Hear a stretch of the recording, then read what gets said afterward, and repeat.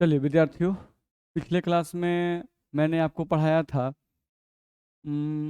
10.10 तक मैंने क्वेश्चन आपको करा दिया था। 10.10 तक मैंने आपको क्वेश्चन करा दिया था। अब 10.11 और 10.12 जो है ये थ्योरेटिकल क्वेश्चन है, उसको हम लोग थोड़ा देर बाद देखेंगे। पहले हम लोग रिएक्शन वाला क्वेश्चन सब पहले एक जगह कर लेते हैं। रिएक्शन वाले क्वेश्चन को पहले हम लोग सब एक जगह कर लेते हैं, तब जो थ्योरेटिकल क्वेश्चन है उसको करेंगे। तो याद रखना है, हम लोग 10.1 कर चुके, 10.2 10.3 कर चुके, 10.4 10.5 10.6 10.7 10.8 10.9 और 10.10 तक हम आपको पढ़ा चुके हैं। ध्यान रखना है। अब हम आपको 10.14 नंबर क्वेश्चन करना चाहते हैं, जिसमें कुछ रिएक्शंस दिए हुए हैं। ध्यान रखना है, हम लोग का 10.14 नंबर क्वेश्चन देखते हैं हम लोग, जिसमें कुछ रिएक्शंस दिए हुए हैं। उन रिएक्शंस को आप आसानी से लिख सकते हैं। देखा जाए, जैसे आप देखिएगा तो यहाँ पर हम लोगों को पहला रिएक्शन जो दिया हुआ है वो दिया हुआ है CH3 CH2 CH2 Cl। तो ये आपका हैलो एल्केन है। और इसका रिएक्शन दिया हुआ है Na से, सोडियम आयोडाइड से, इन प्रेजेंस ऑफ एसीटोन और हीट। तो आप याद कीजिए ये कौन सा रिएक्शन है। ये है आपका फाइनकेल्स्टीन रिएक्शन। हैलो एल्केन का रिएक्शन सोडियम आयोडाइड के साथ एसीटोन की उपस्थिति में करवाना, ये फाइनकेल्स्टीन रिएक्शन का एग्जाम्पल है। तो ये आपका फाइनकेल्स्टीन रिएक्शन है भाई। ध्यान रखना, ये आपका क्या है, क्लोरो 1 2 3 क्लोरोप्रोपेन। ये आपका है क्लोरो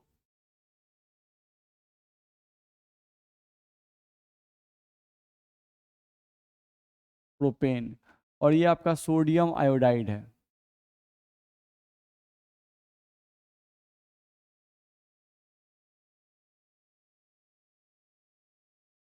ये सोडियम आयोडाइड है। आपको करना क्या है, तो यहाँ से आपको सोडियम को निकाल देना है और यहाँ से क्लोरीन को निकाल देना है। Na और Cl आपके निकल जाएंगे और इस कार्बन को और इस आयोडीन को आपस में आपको जोड़ देना है। तो आपका प्रोडक्ट बनेगा CH3 CH2 CH2 और I और NaCl। यहाँ से प्रोडक्ट आपका बनेगा CH3 CH2 CH2 I। देख लीजिए, ठीक बना रहे हैं ना हम लोग। CH3 CH2 CH2 और I और Na और Cl मिलकर क्या बनाएंगे, NaCl। तो प्लस में आपका प्रोडक्ट यहाँ से बन जाएगा NaCl।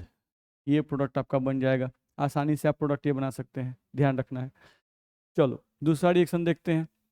यहाँ से हम देखें अगर, तो आपको दिया हुआ है CH3 का होल 3 CBr प्लस KOH और इसमें दिया हुआ है इथेनॉल और हीट, और आपको रिएक्शन लिखना है। चलो देखते हैं। यहाँ पर एक जो कार्बन लिखा हुआ है, इस कार्बन पर 3 गो CH3 है, तो हम लोग यहाँ पे लिख रहे हैं। देखो भाई, यहाँ पर आपको हम लिख दिए CH3, फिर यहाँ C पर यहाँ हम लोग का CH3, फिर हम लोग का यहाँ पर CH3 और यहाँ पर आपका आ जाएगा सिंगल बॉन्ड Br। ये हम लोग का हो जाएगा, ठीक है। प्लस यहाँ से हम लोग देखें अगर, तो KOH है और इथेनॉल है। तो इथेनॉल जो है ये क्या होता है, आपका अल्कोहल होता है। इथेनॉल आपका क्या होता है भाई, तो अल्कोहल होता है। ध्यान रखना है।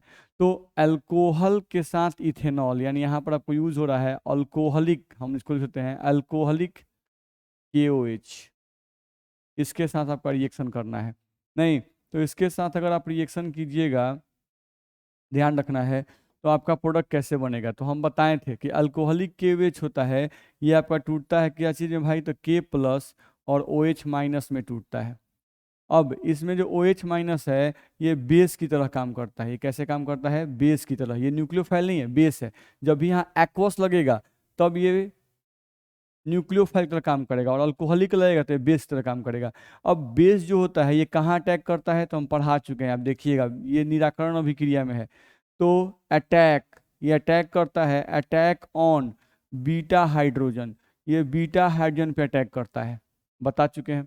चलो, तो हैलोजन से जुड़े हुए कार्बन को अल्फा कार्बन कहते हैं, अल्फा कार्बन से जुड़े हुए कार्बन को बीटा कार्बन कहते हैं, बीटा कार्बन कहते हैं। तो यहाँ पर बीटा कार्बन 3 है और तीनों सेम है, ये वाला, ये वाला और ये वाला, तीनों बीटा कार्बन सेम है। तो आप किसी एक पर से हाइड्रोजन को हटा सकते हैं। तो हम लोग क्या करते हैं, निराकरण अभिक्रिया। ये कौन सा अभिक्रिया है भाई, ये हमारा है निराकरण अभिक्रिया। हम यहाँ लिख दे रहे हैं, ये हमारा कौन सा अभिक्रिया है, निराकरण अभिक्रिया। अब निराकरण अभिक्रिया पलट के देखिए कि निराकरण अभिक्रिया में क्या बताए हैं सर। नहीं, तो निराकरण अभिक्रिया में क्या होता है, तो हैलोजन से जुड़े हुए कार्बन को अल्फा कार्बन, अल्फा कार्बन से जुड़े कार्बन को बीटा कार्बन, और होता क्या है, तो अल्फा कार्बन से ब्रोमीन हटता है, और किसी भी इसमें से सब बीटा कार्बन एक टाइप का है, तो किसी भी एक बीटा कार्बन से आप हाइड्रोजन हटा दीजिए। तो एक हाइड्रोजन हटाइए ना है, तो मान लीजिए हम इसी बीटा कार्बन से एक हाइड्रोजन को हटा देंगे, तो जहाँ से यहाँ से ब्रोमीन और यहाँ से हाइड्रोजन, तो अल्फा बीटा में क्या आएगा, डबल बॉन्ड। तो प्रोडक्ट बनाइए, यहाँ से प्रोडक्ट क्या बनेगा, प्रोडक्ट बनेगा आपका CH3 जो एक है वो उतर जाएगा, दूसरा जो CH3 है वो भी उतर जाएगा। नहीं, और यहाँ पर आपका जो नीचे वाला था उसी को हम यहाँ लिख रहे हैं, डबल बॉन्ड क्या आ जाएगा, CH2। ध्यान रखना है, ये जो नीचे वाला है इसी को हम यहाँ साइड में लिख दिए, तो आ गया CH2। ये Br किसके साथ जाता है, तो K के साथ। नहीं, तो ये K और Br आपस में रिएक्शन क्या बनाते हैं, KBr। ठीक, तो प्लस में हम लोग यहाँ पर क्या लिखते हैं भाई, KBr, ये आपका KBr बनता है, और प्लस में आपका प्रोडक्ट क्या बनता है, तो बीटा कार्बन से जो हाइड्रोजन हटता है वो किसके साथ जाता है, बेस के साथ। तो ये बेस और ये H आपस में जब चिपकेंगे तो क्या बनाएंगे, प्लस में H2O आपका बनेगा, प्लस में आपका बनेगा H2O। तो ये प्रोडक्ट आपका बनेगा। तो इस रिएक्शन का प्रोडक्ट भी आपको लिखने आना चाहिए। तो इस तरह का रिएक्शन हम लोग को दिया रहता है, इसका प्रोडक्ट आपको लिखने आना चाहिए, ध्यान रखना है। तो इसका प्रोडक्ट आप लोग लिख लेंगे, ध्यान रखना है, बहुत ही आसान है। चलिए आगे बढ़ते हैं हम लोग। अगला उसी में जो रिएक्शन दिया हुआ है 10.14 में ही दो क्वेश्चन हम लोग बनाए, अब तीसरा क्वेश्चन ये दिया हुआ है, देख लो। तो यहाँ पे लिखा हुआ है CH3 CHBr CH2 CH3 plus NaOH, ये दिया हुआ है। अब इसको हम फैला के लिख सकते हैं, देखो तो हम लोग क्या लिख रहे हैं, इसको हम लिख रहे हैं CH3, फिर CH3 के बाद क्या है CH।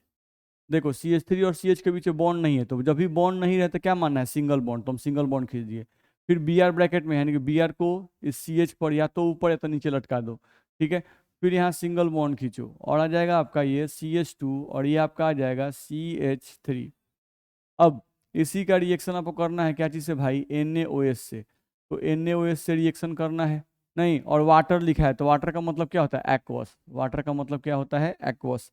अब ये रिएक्शन आपको करना है, तो हम लोग पढ़ चुके हैं हेलो एल्केन का रिएक्शन एक्वस NaOH के साथ।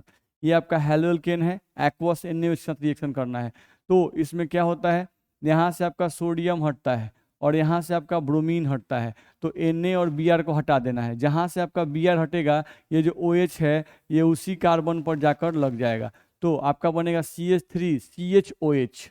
यहाँ से आपका बनेगा, हम लोग बनाएंगे प्रोडक्ट, आपका प्रोडक्ट बनेगा CH3, यहाँ पर CH, यहाँ पर आपका OH, फिर single bond CH3 CHOH, CH3 CH, और इस पर क्या लग जाएगा OH, फिर CH2 और CH3, यहाँ से आपका आ जाएगा CH2,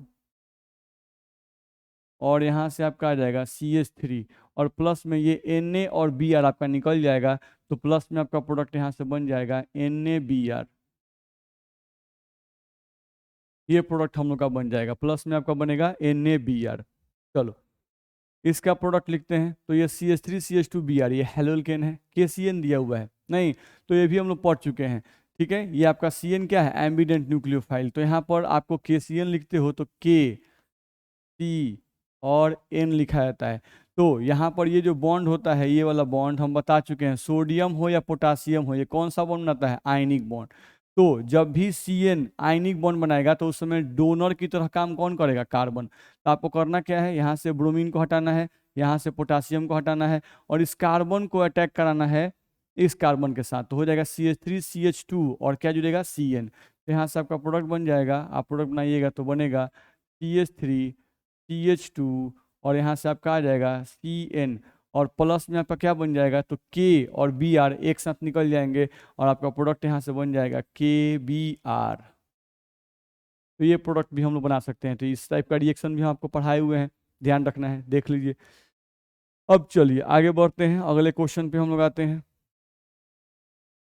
उसी में अगला क्वेश्चन हम लोग को दिया हुआ है C6H5ONa और C2H5Cl, देखते हैं। तो देखो ONa, यहाँ सोडियम आ गया, तो ये कौन सा बॉन्ड होगा, आयनिक। सोडियम जब भी आता है तो ये आयनिक बॉन्ड बनाता है, तो इसको पहले लिखो भाई, ये क्या होगा, तो ये होगा C6H5, आयनिक बॉन्ड टूटता है तो यहाँ आएगा O-, और सोडियम पर क्या आएगा, Na+, ये आपका बनेगा। अब इसको लिख रहे हैं, देखो भाई, तो ये Cl को हम पहले लिख दिए, Cl को पहले लिख दिए, और तब हम लिख रहे हैं C2H5, यहाँ लिख रहे हैं C2H5। ठीक है, अब इनके बीच का रिएक्शन हमको कराना है और प्रोडक्ट बनाना है। तो इनके बीच रिएक्शन कराएगा, प्रोडक्ट बनाएंगे, तो कैसे प्रोडक्ट बनेगा ध्यान रखना है। तो इसमें का क्लोरीन और इसमें का सोडियम आपको निकाल देना है और इस ऑक्सीजन को आपको इस कार्बन के साथ लगा देना है। नहीं तो आपका प्रोडक्ट यहाँ से क्या बन जाएगा, C6H5O और C2H5, यहाँ से बनेगा C6H5O और यहाँ से बनेगा आपका C2H5, ये बनेगा। नहीं तो ये क्या है, इथाइल फिनाइल ईथर, ये है C2H5 को क्या बोलते हैं, इथाइल। और जो C6H5 इसको कहते हैं फिनाइल या फेनिल बोले, शुद्ध भाषा में बोले तो एथिल फेनिल ईथर। नहीं तो आप याद कीजिए, ये जो रिएक्शन है, ये रिएक्शन आपका कौन सा रिएक्शन है, तो ये विलियमसन सिंथेसिस ऑफ ईथर है। अब पलट पलट के देखिएगा तो आपको याद आएगा, विलियमसन सिंथेसिस ऑफ ईथर का ये एग्जाम्पल है, विलियमसन सिंथेसिस ऑफ ईथर में हम ये रिएक्शन आपको पढ़ाए हैं, वहाँ प्लॉट के देखिए आपको मिल जाएगा। Chemical reaction of haloalkane, haloalkane की रासायनिक अभिक्रिया का ये रिएक्शन है, नहीं जिसमें आपको पढ़ाया गया है विलियमसन सिंथेसिस ऑफ ईथर। तो ये आपका ईथर का फॉर्मेशन इस तरह से हो जाएगा। चलिए अब ये देखिए, ये क्या है, अल्कोहल, कार्बन चेन के साथ OH लगा है, तो ये आपका क्या है, अल्कोहल है, ध्यान रखना है। और SOCl2, SOCl2 को आपको बताया गया था ऐसे लिखने के लिए, SOCl और Cl, तो ये क्या था, थायोनिल क्लोराइड, इसको हम लोग बोलते हैं थायोनिल क्लोराइड। नाम कोई इंपॉर्टेंट नहीं है कि नाम याद हो, नाम कोई जरूरी नहीं है। मेन जरूरी हम लोगों के लिए, मेन जरूरी हम लोगों के लिए है, ध्यान रखना है कि प्रोडक्ट कैसे लिखेंगे। तो अगर ये आपका अल्कोहल है और ये थायोनिल क्लोराइड है, तो इसका नाम आप कैसे इसका प्रोडक्ट बनाएंगे भाई, तो हमको पहले एक बार ये बॉन्ड तोड़ना है, नहीं और इसमें का एक क्लोरीन, इसमें का एक क्लोरीन उठ के इस कार्बन चेन से लगेगा, तो मेन प्रोडक्ट बना दिया CH3 CH2 CH2 और एक Cl। तो एक प्रोडक्ट आपका बनेगा यहाँ से CH3 CH2 CH2 और Cl, एक प्रोडक्ट तो यही बन जाएगा आपका। ठीक है, फिर क्या होता है, इसमें का एक H, नहीं और इसमें का एक Cl, ये H और Cl रिएक्शन करते हैं तो एक प्रोडक्ट बनता है आपका HCl, प्लस में यहाँ से एक प्रोडक्ट आपका बनता है HCl, और प्लस जो बच गया उसको उतार देते हैं, तो यहाँ बच गया आपका SO और यहाँ पर एक O बच गया, तो SO2 बच जाएगा, तो आपको SO2 को उतार देना है। तो ये SO2 भी आपका गैस होता है और आपका HCl भी गैस होता है, नहीं ये भी आपका बर्तन से बाहर निकल जाता है, ये भी आपका बर्तन से बाहर निकलता है, गैस है तो बर्तन से बाहर निकल जाता है। तो इस तरह से ये रिएक्शन हम लोग देख सकते हैं। ठीक है, चलो अगले रिएक्शन पे आते हैं। अगला रिएक्शन देखें हम लोग, तो अगला रिएक्शन हम लोग को दिया हुआ है, यहाँ पे अल्कीन दिया हुआ है, देख लो डबल बॉन्ड है, तो डबल बॉन्ड का मतलब अल्कीन है। और यहाँ पर उसका रिएक्शन HBr के साथ दिया है पेरोक्साइड की उपस्थिति में। तो जैसे ही HBr आता है और पेरोक्साइड आता है, तो हम पहले ही बताए हैं कि यहाँ पे एंटी मार्कोनिकॉफ रूल लगता है। यहाँ पे कौन सा रूल लगता है, एंटी मार्कोनिकॉफ रूल लगता है। अब एंटी मार्कोनिकॉफ रूल क्या कहता है, तो HBr को सबसे पहले तोड़ दो, H+, जैसे ही अल्कीन आए और हेलोजन एसिड आए, नहीं हेलोजन एसिड है और ये क्या है, अल्कीन है। ठीक है, तो सीधे देखना है कि अगर तीर पर HBr के साथ तीर पर अगर पेरोक्साइड है, तो यहाँ पे एंटी मार्कोनिकॉफ रूल लागू होगा। और एंटी मार्कोनिकॉफ रूल लागू, चलो भाई तोड़ते हैं इसको, H+ और Br-। अब एंटी मार्कोनिकॉफ रूल क्या कहता है, तो एंटी मार्कोनिकॉफ रूल कहता है कि H+ को उस डबल बॉन्डेड कार्बन पर जोड़ेंगे जिस पर हाइड्रोजन की संख्या कम हो। ठीक है, तो यहाँ पर डबल बॉन्डेड कार्बन यही दोनों है, अब इस पर हाइड्रोजन 1 है, इस पर हाइड्रोजन 2 है, तो इस पर कम है, तो इस H+ को उस डबल बॉन्डेड कार्बन पर जोड़ेंगे जिस पर हाइड्रोजन की संख्या कम हो। अब ये Br- उसके बगल वाले डबल बॉन्डेड कार्बन पे जुड़ेगा भाई, तो ये जुड़ेगा इस पर, तो H जुड़ेगा इस पर, Br जुड़ेगा इस पर, डबल बॉन्ड बदल जाएगा सिंगल बॉन्ड में। तो प्रोडक्ट यहाँ से बनाइए, आपका प्रोडक्ट यहाँ से बनेगा CH3 सिंगल बॉन्ड CH2, फिर सिंगल बॉन्ड CH2, फिर सिंगल बॉन्ड CH2 और यहाँ पे आपका आ जाएगा Br। तो इस तरह से आपका प्रोडक्ट ये बन जाएगा, ध्यान रखना है।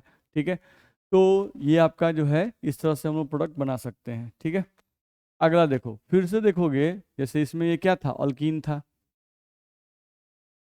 नहीं, और ये क्या था, HBr आपका हेलोजन एसिड था। ठीक है, तो सेम अब यहाँ पे भी वही रिएक्शन, देखो यहाँ पे भी डबल बॉन्ड है, ये आपका अल्कीन है। अब अल्कीन का रिएक्शन HBr के साथ तो सेम ही रिएक्शन है, बस यहाँ तीर पर पेरोक्साइड नहीं है। जब तीर पे पेरोक्साइड नहीं होगा तो यहाँ कौन सा रूल लगेगा, मार्कोनिकॉफ रूल। अब मार्कोनिकॉफ रूल लगेगा तो HBr को फिर से तोड़ो। HBr आपका टूटता है किस चीज में भाई, तो H प्लस और Br माइनस में टूटता है। तो H प्लस और Br माइनस, तो H प्लस अब कहाँ जुड़ेगा, तो H प्लस को उस डबल बॉन्डेड कार्बन पर जोड़ेंगे जिस पर हाइड्रोजन की संख्या क्या हो, ज़्यादा हो, ध्यान रखना है। तो अब यहाँ देखना है कि इस कार्बन पर एक हाइड्रोजन है लेकिन इस डबल बॉन्डेड कार्बन पर एक भी हाइड्रोजन नहीं है। तो इस पर हाइड्रोजन, जिस पर हाइड्रोजन ज़्यादा है उस पर जोड़ेंगे, तो इस पर हाइड्रोजन को जोड़ेंगे। और ये जो Br माइनस है वो कहाँ जुड़ेगा भाई, तो वो जुड़ेगा इस डबल बॉन्डेड कार्बन पर, एक डबल बॉन्ड खत्म हो जाएगा। अब ये प्रोडक्ट आप बना सकते हो। तो यहाँ से आप प्रोडक्ट बनाओगे तो आपका प्रोडक्ट यहाँ से बनेगा CH3, यहाँ पर सिंगल बॉन्ड CH2, फिर सिंगल बॉन्ड, यहाँ पर आपका आ जाएगा C के साथ Br, नहीं, और C पर दो गो CH3 है, उस दो गो CH3 को आप उतार सकते हैं, यहाँ पे आपका CH3 और यहाँ पर भी आपका CH3 हो जाएगा। ठीक है, तो ये प्रोडक्ट हम लोग का बन सकता है। तो इस तरह से हम लोग ये बना सकते हैं, ध्यान रखना ये प्रोडक्ट आपका इस तरह से बन जाएगा। चलिए, तो 10.14 में आपको टोटल 8 क्वेश्चन थे, तो उन 8 क्वेश्चन में रिएक्शन दिए गए थे, सभी रिएक्शन आपको पढ़ाए गए थे, उसी रिएक्शंस को हम लोग यहाँ पे बना दिए। तो 10.14 आपका क्वेश्चन खत्म हो गया। अब आगे बढ़ते हैं, आगे आते हैं तो 10.15 नंबर क्वेश्चन है 10.15। अब 10.15 में कहता है कि निम्नलिखित अभिक्रिया की क्रियाविधि लिखिए। निम्नलिखित अभिक्रिया की क्रियाविधि लिखिए, यानी कि ये जो अभिक्रिया दिया हुआ है ये कैसे होगा उसको आपको लिखना है। तो बड़ा सिंपल सा है, देखो यहाँ पर N का मतलब है नॉर्मल, Bu का मतलब ब्यूटेन और Br का मतलब ब्रोमीन। ये है नॉर्मल ब्रोमो ब्यूटेन, इसको हम लिख रहे हैं। N का मतलब क्या है भाई, नॉर्मल। बी का मतलब ब्रोमो, यहाँ Br का मतलब हम लिख रहे हैं पहले, तो नॉर्मल ब्रोमो। अब Bu का मतलब क्या है, ब्यूटेन, नॉर्मल ब्रोमो ब्यूटेन, ये है आपका। प्लस में क्या है, KCN, तो KCN तो आपको यही लिख देना है KCN, ध्यान रखना है। ठीक, फिर यहाँ पर आपका तीर दिया हुआ है तो तीर हम लिख दिए। ठीक है, अब तीर के बाद यहाँ लिखा हुआ ETOH, तो ET का मतलब है इथाइल अल्कोहल, इथाइल अल्कोहल का मतलब C2H5OH। ठीक है, और फिर आपका इसके साथ क्या है, H2O है। ठीक, फिर यहाँ पर N है तो N का मतलब नॉर्मल, नहीं, अब ये है Bu का मतलब ब्यूटेन और CN का मतलब साइनाइड। ठीक है, तो नॉर्मल ब्यूटेन साइनाइड या normal butyl cyanide, normal butyl cyanide, CN का मतलब है साइनाइड। तो पहले ये जो लैंग्वेज लिखा था उस लैंग्वेज को समझ के पहले लिख लिए।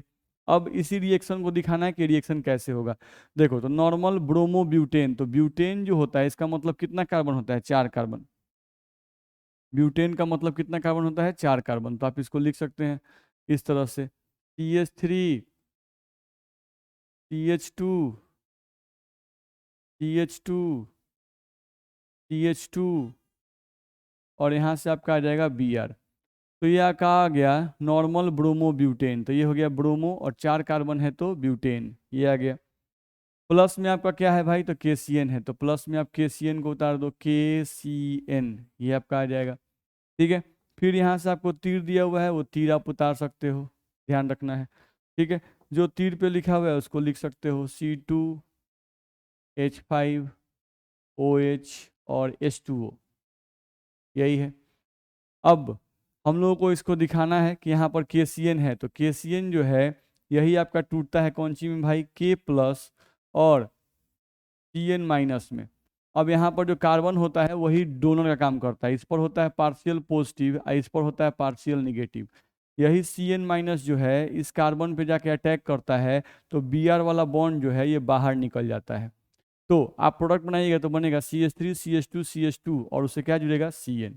तो यहाँ से प्रोडक्ट आप बना सकते हो CH3 CH2 CH2 CH2, देख लेना है कि CH2 कय गो है भाई, 3 गो है, एगो दूगो 3 गो, तो हम भी लिख दिए, और उससे क्या जुड़ेगा, CN, ये हो जाएगा। प्लस में आपका प्रोडक्ट और क्या बनेगा, तो ये K और Br आपस में रिएक्शन करके क्या बना देंगे, तो KBr। ये आपका प्रोडक्ट यहाँ से बन जाएगा। तो इस तरह से हम लोग प्रोडक्ट बना सकते हैं। आपको बन जाएगा CH3 CH2 CH2 CH2 और CN, और K और Br मिलकर क्या बनाएंगे, KBr आपको बना सकते हैं। तो इस तरह से आपका प्रोडक्ट ये बन जाएगा और इस तरह से रिएक्शन होगा। तो इसी रिएक्शन को कैसे लिखना है वो आपको बताना था, तो हम बता दिए। ठीक है, अब इन सभी रिएक्शंस को आप रिवीजन कीजिएगा, इनको बनाइएगा। ठीक है, हम मेहनत कर रहे हैं लेकिन आप लोग मेहनत नहीं कर रहे हैं उस हिसाब से, क्या पता क्या करना है आप जाने। चलिए अगले क्वेश्चन पे आते हैं।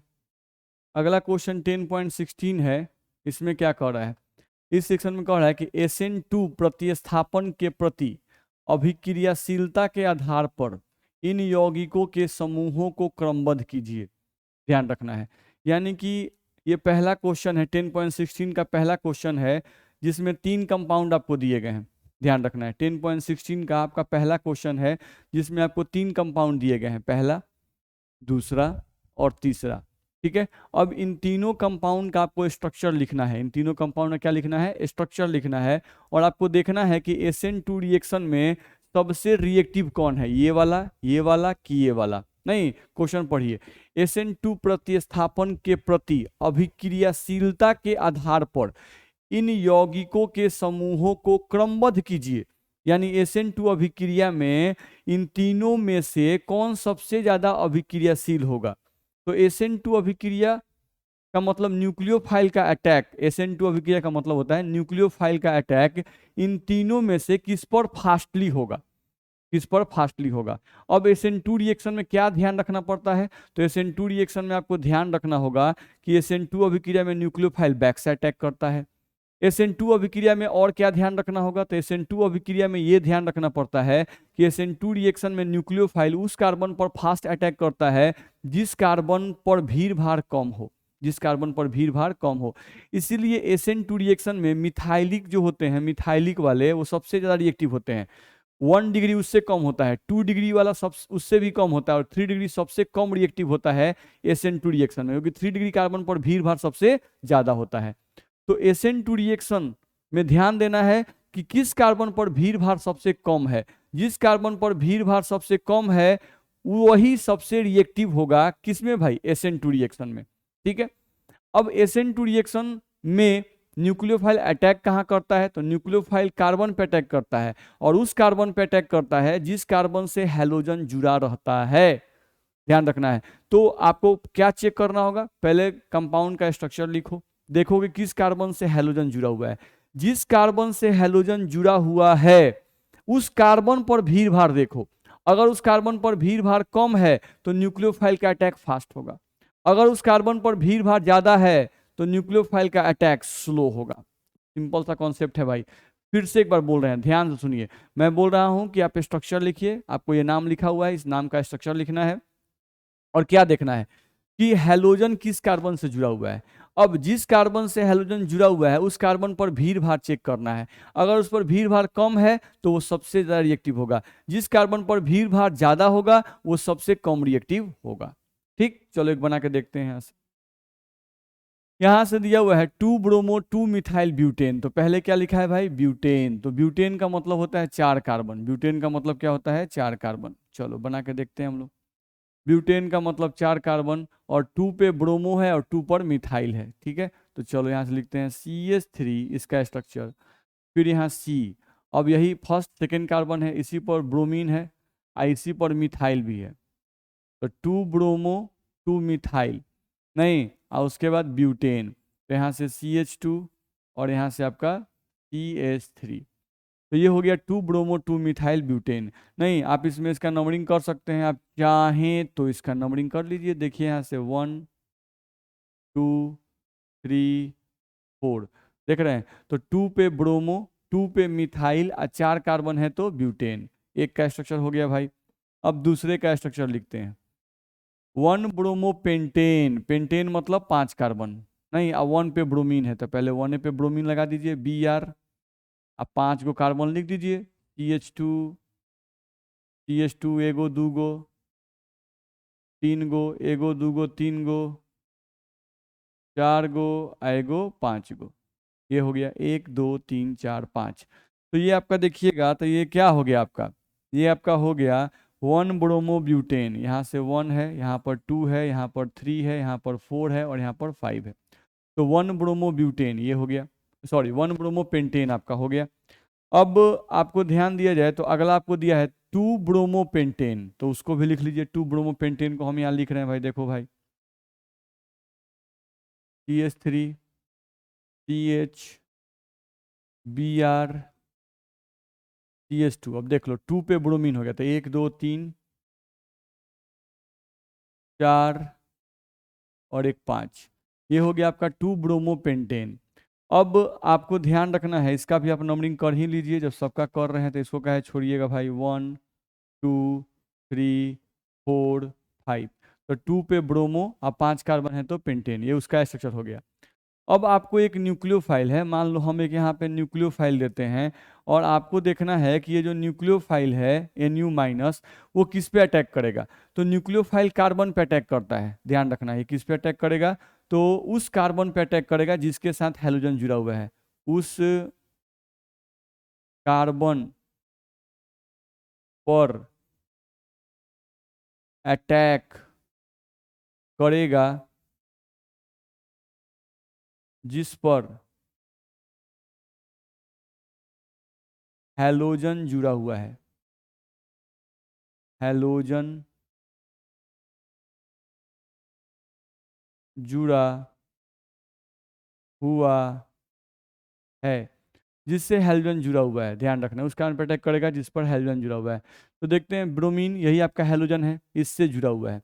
अब इसी कार्बन पर जो 2 नंबर कार्बन से भीड़ भाड़ देखो, तो इधर आपका एक मिथाइली ग्रुप दिख रहा है और इधर भी एक मिथाइली ग्रुप, 2 बड़ा बड़ा ग्रुप दिख रहा है इस कार्बन पर, ध्यान रखना है।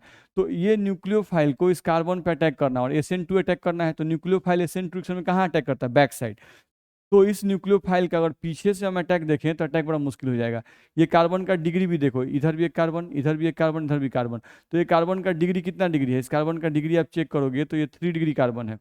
तो हम बता चुके हैं कि SN2 रिएक्शन में 3 डिग्री कार्बन सबसे कम रिएक्टिव होता है, तो इसकी रिएक्टिविटी सबसे कम होगी, सबसे कम रिएक्टिव होगा। काहे भाई, क्योंकि ये 3 डिग्री कार्बन है, 3 डिग्री कार्बन पर काहे रिएक्टिव कम होगा कि न्यूक्लियोफाइल पर यहाँ अटैक करना, न्यूक्लियोफाइल का यहाँ पे अटैक करना बड़ा दिक्कत का बात है, क्योंकि इस पे भीड़ भाड़ क्या है, ज़्यादा है। तो सबसे कम रिएक्टिव यही होगा, सबसे कम रिएक्टिव होगा। अब इस पे आते हैं, तो इस कार्बन पर देखो जिससे हैलोजन जुड़ा हुआ है, इस कार्बन पर सिर्फ 2 हाइड्रोजन है, नहीं तो इस पे भीड़ भाड़ कम है। चलो इस कार्बन पर आओ, इस पे एक हाइड्रोजन है और एक तरफ क्या है, मिथाइल ग्रुप है, तो इसके साथ यहाँ पर भीड़ भाड़ सबसे कम है। ये कितना डिग्री है, 1 डिग्री है। ये देखो इधर भी एक कार्बन से, इधर भी एक कार्बन से, तो ये कितना डिग्री है, ये आपका देखा जाए तो ये आपका 2 डिग्री है। तो हम बता चुके हैं कि SN2 रिएक्शन में सबसे रिएक्टिव कौन होता है, मिथाइलिक, तब 1 डिग्री, तब 2 डिग्री, और सबसे कम रिएक्टिव कौन होता है, 3 डिग्री। तो यहाँ डिग्री से ही पहचान में आ रहा है कि ये 1 डिग्री है, ये 2 डिग्री है और ये 3 डिग्री है। तो अगर आपको रिएक्टिविटी चेक करना है, यानी अभिक्रियाशीलता चेक करना है, और इसको आप कहते हैं कि अगर ये आपका A है, ये आपका B है और ये आपका C है, तो A B और C में से न्यूक्लियोफाइल किस पर फास्ट अटैक करेगा, तो B पर सबसे फास्ट करेगा, तब C पर करेगा और तब A पे करेगा। यानी रिएक्टिविटी हम यहाँ पे लिखना चाहें, या अभिक्रियाशीलता,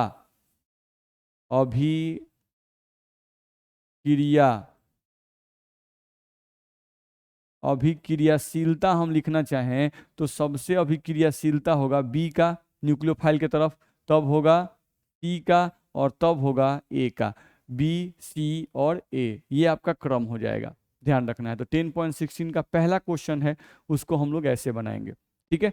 तो 10.16 में आपको क्या करना है, SN2 प्रतिस्थापन जो है, अभिक्रिया जो है, तो SN2 जैसे ही SN, N आ गया, N का मतलब न्यूक्लियोफाइल, जैसे ही SN1 आए तो भी न्यूक्लियोफाइल, SN2 आए तो भी न्यूक्लियोफाइल। तो न्यूक्लियोफाइल यानी Nu माइनस। अब Nu माइनस इन तीनों में से किस पर फास्ट अटैक करेगा, यही आपको देखना था। न्यूक्लियोफाइल इन तीनों में से किस पर फास्ट अटैक करेगा, यही आपको देखना था। तो SN2 रिएक्शन है भाई, तो जिस पे भीड़ भाड़ कम होगा उस पर अटैक सबसे फास्ट होगा। भीड़ भाड़ सबसे कम किस पर होता है, तो मिथाइलिक पर, तब 1 डिग्री पर, तब 2 डिग्री पर, तब 3 डिग्री पर। उसके हिसाब से आपको रिएक्टिविटी डिसाइड करना था, तो वही मैंने आपको समझाया, मेरे हिसाब से आपको समझ में आ गया होगा। फिर भी आप एक बार देखिएगा, कहीं दिक्कत होगा तो पूछिएगा, ठीक है। चलिए अब 10.16 का ही ये पहला क्वेश्चन था, अब 10.16 का ही दूसरा क्वेश्चन देखिए। ये आ गया 10.16 का दूसरा क्वेश्चन। अब आपको बताना है कि इन तीनों में से कौन ज़्यादा रिएक्टिव होगा। जैसे देखिए पहले लिखा हुआ है 1 ब्रोमो 3 मिथाइल ब्यूटेन, तो ब्यूटेन का मतलब 4 कार्बन। हम इसको लिख रहे हैं भाई, देखो तो। हाँ, तो यहाँ से 1 पे ब्रोमो, तो हम पहले ब्रोमीन को लिख दिए भाई, यहाँ से हो गया आपका ब्रोमीन, सिंगल बॉन्ड। अब ब्यूटेन है और 3 पर मिथाइल है, तो पहले हम यहाँ शुरू करते हैं, CH2 एक कार्बन, 2 कार्बन, तीसरा कार्बन पर आ गए CH, इस पर क्या डाल दिए, मिथाइल, ठीक है। और चौथे कार्बन को हम लोग डाल दिए इस तरह से CH3। आप इसको नंबरिंग कर सकते हो। जब इसको नंबरिंग आप करोगे तो क्या नंबरिंग करोगे, देखो भाई, यहाँ से नंबरिंग करोगे 1 2 3 4, तो देख लो 1 पे ब्रोमो, तो 1 पे ब्रोमो दिखाई दे रहा होगा आपको। 3 पर मिथाइल, तो देखो 3 पर मिथाइल आपको दिखाई दे रहा होगा। और ब्यूटेन का मतलब 4 कार्बन, तो 1 2 3 4 कार्बन, 1 ब्रोमो 3 मिथाइल ब्यूटेन का स्ट्रक्चर हम लिख दिए, ठीक। अब इसमें आते हैं, ये कह रहा है 2 ब्रोमो 2 मिथाइल ब्यूटेन, इसको भी लिखते हैं भाई। देखो यहाँ पे 2 पे ब्रोमो है, तो हम लोग इसको, जस्ट ए मिनट,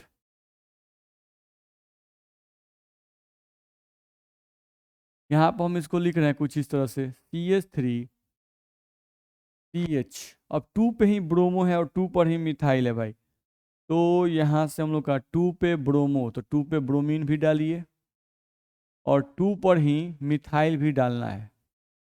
2 पे ब्रोमो 2 पे मिथाइल और ब्यूटेन, तो 1 2 3 और ये आ गया आपका 4, तो 2 ब्रोमो 2 मिथाइल और ब्यूटेन, ये हम लोग का फिगर हो जाएगा इस तरह से। अब इसको देखते हैं, तो ये है 3 ब्रोमो 2 मिथाइल ब्यूटेन। चलो भाई, तो इसको फिगर हम बनाते हैं, CH3 CH CH3 CH Br CH3। अब सब में नंबरिंग कर लीजिए भाई, ध्यान रखिए, देखा जाए यहाँ पर हम लोग देखें अगर, तो हम लोग क्या है, नंबरिंग करते हैं अगर, तो 1 2 3 4 ये हो जाएगा। इसका नंबरिंग करो तो 1 2 3 और यहाँ से 4, ठीक है, 1 2 3 4 ऐसे नंबरिंग होना चाहिए। 3 bromo 2 methyl, 2 bromo 2 methyl butane होना चाहिए। नहीं, इंग्लिश मीडियम का बुक कहाँ है।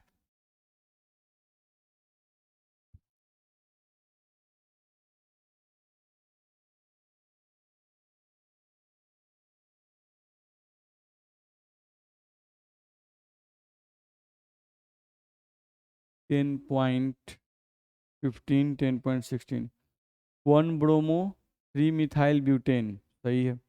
2 ब्रोमो 2 मिथाइल ब्यूटेन, सही है। फिर है 2 bromo 3 methyl butane, 2 bromo 3 methyl butane. यहाँ देखिए हिंदी मीडियम के बुक में यही परेशानी है, वही इंग्लिश मीडियम सुधारना होगा, वही हम कर रहे हैं। यहाँ पर आएगा,